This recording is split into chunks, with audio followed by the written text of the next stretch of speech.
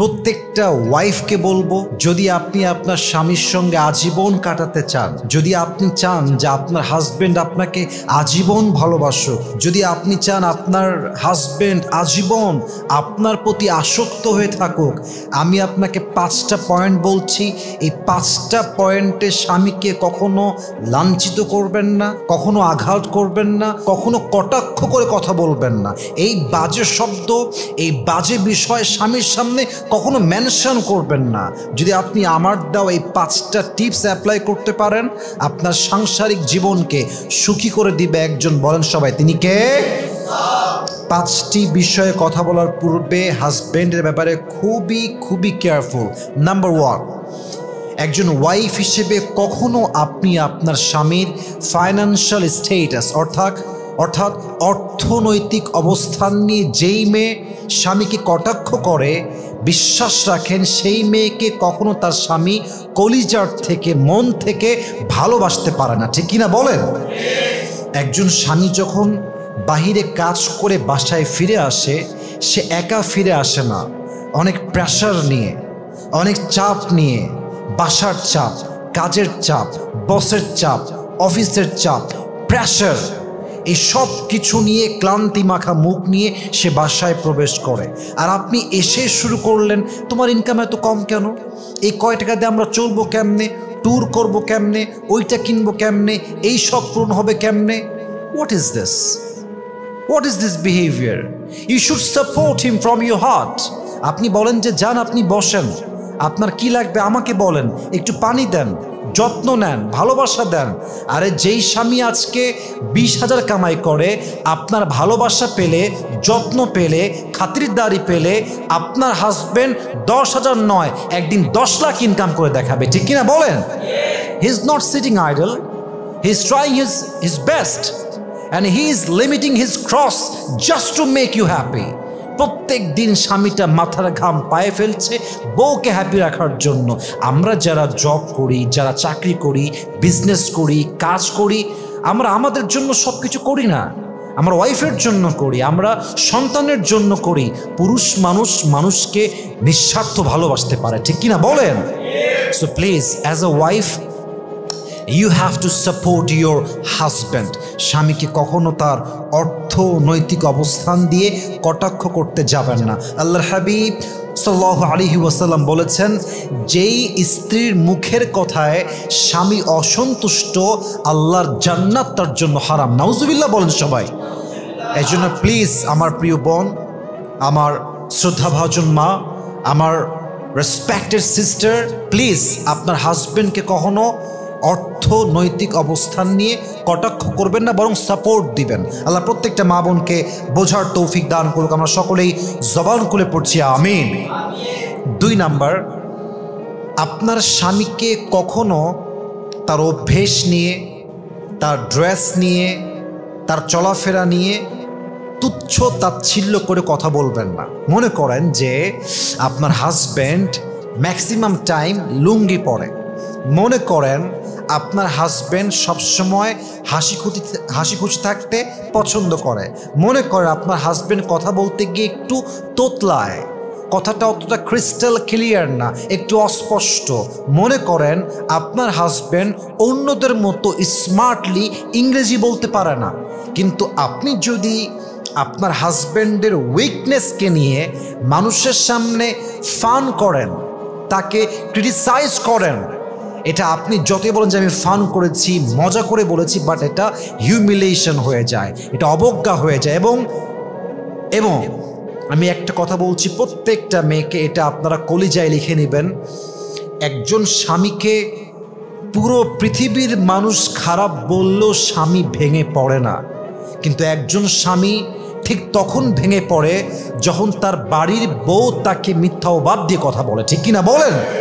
পুরুষ মানুষ কখনো ভাঙে না, সহজে ভাঙে না, পুরুষের মনটা পাথরের মতো শক্ত হৃদয়। কিন্তু পুরুষ যখন দেখে আমার বাড়ির বউটা আমার বিরুদ্ধে চলে গিয়েছে, আমার বাড়ির বউ আমাকে ক্রিটিসাইজ করে কথা বলে, তখন পুরুষ তার সমস্ত শক্তি হারিয়ে ফেলে। ঠিক কিনা বলেন? এই জন্য মেহেরবানি করে don't criticise your husband, love him as like you can love him in this way.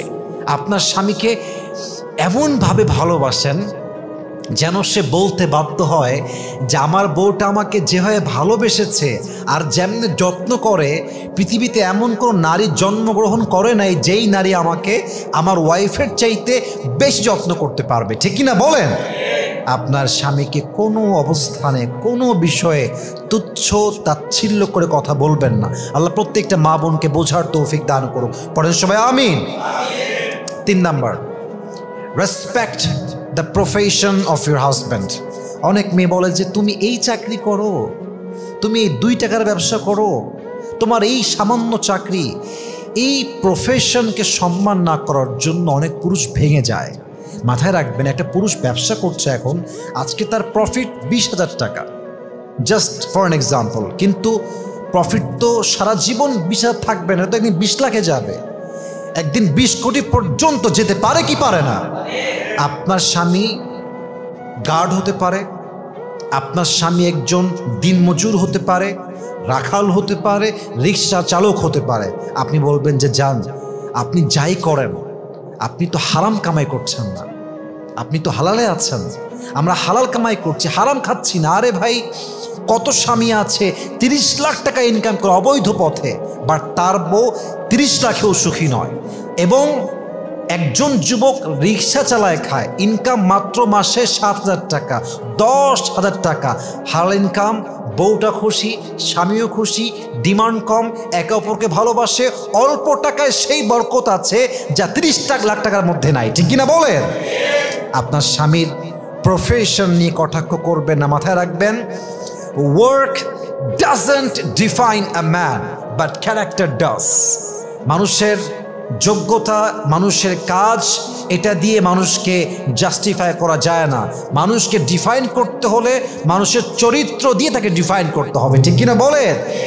একজন অনেক বড় ব্যবসায়ী হতে পারে, বাট তার চরিত্র খারাপ, এই মানুষটা কখনো ভালো মানুষ হতে পারে না। এই জন্য প্লিজ আপনার স্বামীর প্রফেশন নিয়ে কটাক্ষ করতে যাবেন না। আল্লাহ প্রত্যেকটা মা বোনকে বোঝার তৌফিক দান করুন। পড়েন সবাই আমিন।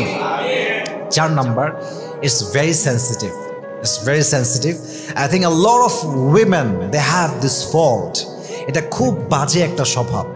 অনেক মেয়ে কথায় কথায় অভিযোগ করে, এইটা নাই, ওইটা নাই, এইটা খারাপ, ওইটা খারাপ, আমার এই বাড়ি পছন্দ না, আমার এই আলমারি পছন্দ না, আমার এই শোকেস পছন্দ না, আমার এই ড্রেসিং টেবিল পছন্দ না, এইটা চেঞ্জ করো, এটা ভাল লাগে নাই, তোমার মায়ের ওই কথা ভাল লাগে নাই, তোমার বোনকে ভাল লাগে না, তোমার এই কথা পছন্দ না। সারাটা দিন, all the day long she complains a lot.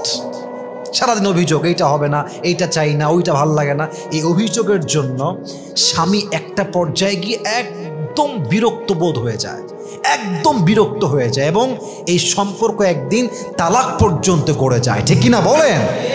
Even আপনারা আমার কথায় মাইন্ড করবেন না, অনেক মেয়ে তো স্বামীর মুখের উপর বলেই ফেলে যে তোমাকে বিয়ে করা আমার জীবনের সবচেয়ে বড় দুর্ভাগ্যের বিষয় ছিল। কেন দুর্ভাগ্যের বিষয়?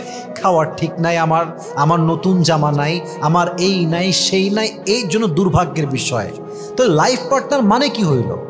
লাইফ পার্টনার মানে হচ্ছে আমার কম হোক বেশি হোক আমি তোমার সাথেই আছি, আমার কম হলেও চলবে, বেশি হলেও চলবে, বাট তুমি না থাকলে আমার চলবে না। ঠিক কিনা বলেন? এটা খুব বাজে কাজ কারবার, যা আপনার স্বামীর আপনি সবসময় তার বিষয়ে অভিযোগ করেন। মেহেরবানি করে অভিযোগ কম করবেন। যার জীবন, আল্লাহ হাবিব বলেছেন, যেই মেয়ে, যেই মানুষ যত শকর গুজার, যার জীবন অভিযোগ যত কম, তার জীবনটা তত বেশি শান্তিপূর্ণ। সুবহানাল্লাহ পড়েন সবাই। So please don't complain. 4 number, অভিযোগ করতে যাবেন না স্বামীর ব্যাপারে। 5 নাম্বার কথা বলে শেষ করতে চাই, অবশ্যই খেয়াল রাখবেন যে কোনো মিস্টেক আপনার স্বামীর হতে পারে, আপনার হতে পারে, কিন্তু চাপায় দিবেন না, দোষ চাপায় দেয়, বলে যে এই সব কিছুর পেছনে একমাত্র তুমি দায়ী, আজকে আমাদের একটা কার নাই তুমি দায়ী, আজকে একটা শহরে জমি নাই একমাত্র তুমি দায়ী, আজকে আমার ছেলে খারাপ হয়ে গিয়েছে তুমি দায়ী। What is this? স্বামীকে আপনি দোষারোপ করে কি লাভ পাবেন? ভাগাভাগি করে নেন, যে সমস্যা তোমারও আছে আমারও আছে, আমাদের সলভ করা উচিত। মাথায় রাখবেন যে ভালোবাসার ভিতরে সব কিছু 2 জন মিলে সলভ করতে হয়, একতরফা দিয়ে সব কিছু হয় না, একতরফা দিয়ে সব কিছু সমাধান আসে না। উভয় পক্ষকে সেম লেভেলে এফোর্ট দিতে হবে, সমাধানে আসতে হবে। যদি এফোর্ট দুইজন মিলে দেয়, বিশ্বাস রাখেন মৃত্যু পর্যন্ত এই সম্পর্ক ভাঙতেই পারে না, ঠিক কিনা বলে? এজন্য একতরফা কখনো স্বামীকে দোষ চাপাই দিবেন না, ভাগাভাগি করে নেন। দোষ যত চাওয়াবেন স্বামী ভালোবাসা তত কমতে থাকবে। আল্লাহ আমাদের প্রত্যেকটা মা বোনকে এই 5টা বাজে গুণ থেকে, 5টা বাজে বিষয় থেকে হেফাজত করুক। আমরা সকলেই মন খুলে পড়ছি আমিন।